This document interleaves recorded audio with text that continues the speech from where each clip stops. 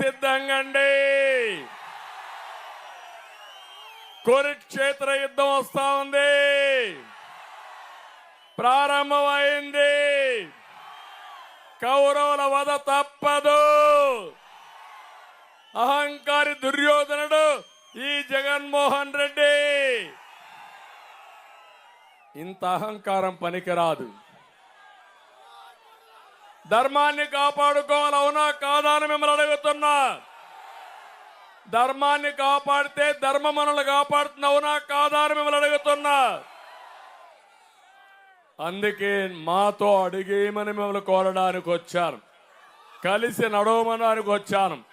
ఈ సందర్భంగా నేను ఇక్కడికి వచ్చినప్పుడు నా సోదరుడు కోడెళ్ల శివప్రసాదరావు గారిని ఒక్కసారి గుర్తు చేసుకోవాలి.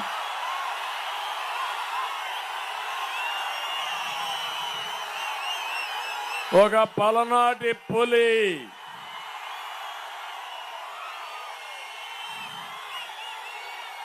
రాజకీయ దురంధరుడు, సేవాభావంతో పనులు చేసిన వ్యక్తి, అభివృద్ధి ధ్యేయంగా పనిచేసిన వ్యక్తి, సుదీర్ఘ అనుభవం ఉండే వ్యక్తి, ఏ పని అప్పచెప్పినా బ్రహ్మాండంగా నిర్వహించిన వ్యక్తి కోడెళ్ల శివప్రసాద్ గారు.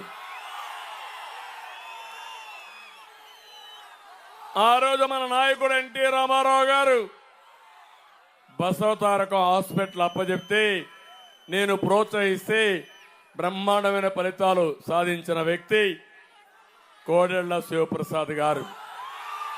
ఇక్కడే తారక రామ సాగర్ నేనే వచ్చి ఇనాగరేట్ చేశాను. ఎక్కడైతే ఆ సరస్సులో ఎన్టీ రామారావు గారి విగ్రహం పెట్టి పక్కనే వావిలాల గోపాలకృష్ణయ్య గారి మెమోరియల్ కూడా ఎక్కడే తయారు చేశామంటే అవన్నీ నా జీవితంలో మర్చిపోలేనని మరొక్కసారి తెలియజేస్తున్నా.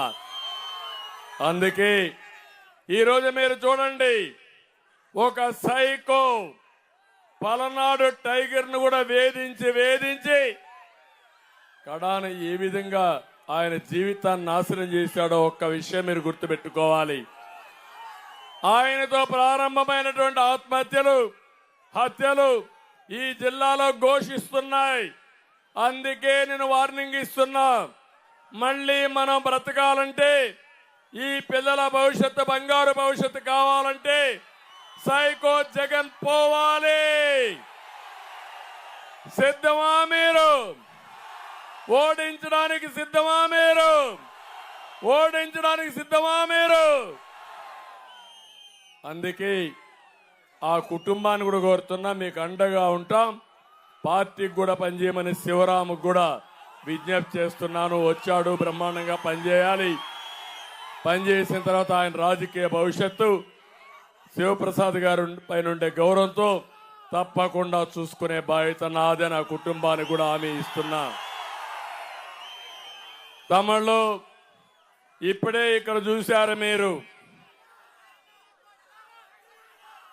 జంగా కృష్ణమూర్తి ఒక వెనుకబడిన వర్గాల నాయకుడు, యాదవ కులానికి సంబంధించిన వ్యక్తి. ఇంకా 2 ఏళ్లు ఎమ్మెల్సీ పదవి ఉంది.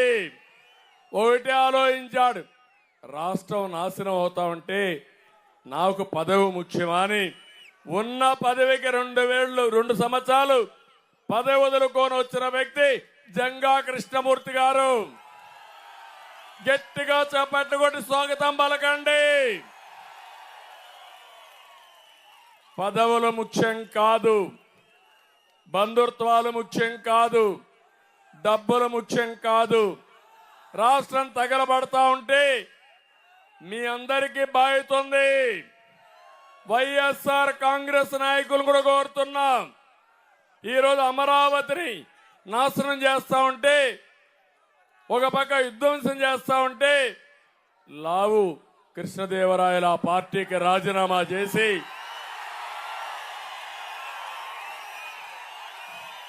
దీనివల్ల రాష్ట్రానికి అన్యాయం జరుగుతా ఉంది, ఈ ప్రాంతానికి ద్రోహం జరుగుతా ఉంది. అవసరం లేదని వచ్చాడు.